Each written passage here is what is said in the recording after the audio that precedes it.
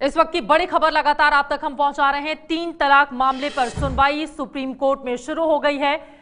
Supreme court ने कहा है कि हम इस बात पर सुनवाई करेंगे कि यह प्रावधान धर्म का अभिन्न हिस्सा है या नहीं और धार्मिक स्वतंत्रता के मौलिक अधिकार के दायरे में आता है या नहीं।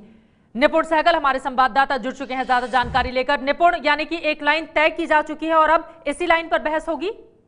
जी बिल्कुल, देखिए कुछ वकील मेंटेनेबिलिटी पे यानी याचिका सुनवाई योग्य है या नहीं इस पर बहस कर रहे थे, क्योंकि लगातार ये दलील दी जाती रही है, जो लोग 3 तलाक के पक्ष में है, उसे बचाए रखने के पक्ष में है, कि सुप्रीम कोर्ट को इस मामले में दखल ही नहीं देना चाहिए क्योंकि ये धार्मिक स्वतंत्रता का मामला है जिसकी गारंटी खुद संविधान करता है।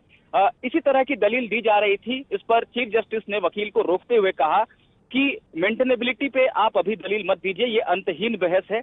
हमें ये देखना है कि ये जो 3 प्रावधान है, यानी तलाक बिद्दत, 3 तलाक, निकाह हलाला और मर्दों को एक से ज्यादा शादी की इजाजत, ये धर्म का अभिन्न हिस्सा है या नहीं। क्या ये इस्लाम धर्म के अभिन्न हिस्से हैं? अगर ऐसा है कि इनके बिना धर्म की कल्पना ही नहीं हो सकती, तो हमें सुनवाई की जरूरत नहीं होगी, तब ये धार्मिक स्वतंत्रता के दायरे में आएगा।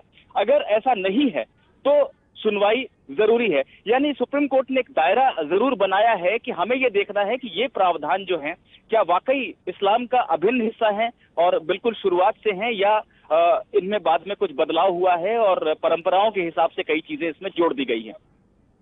ये काफी ज्यादा महत्वपूर्ण हो जाता है कि एक लाइन इस पूरे मामले में तय कर दी गई है सुप्रीम कोर्ट की ओर से। फिलहाल 3 तलाक क्या है, आगे बढ़ते हुए उसके बारे में जल्दी से आपको जानकारी दे देते हैं कि किस तरह से 3 तलाक से पीड़ित हैं महिलाएं और वो अपने हक में आवाज चाहती हैं। तलाक बिद्दत, 3 तलाक, 3 बार तलाक को बोला जाता है तलाक बिद्दत।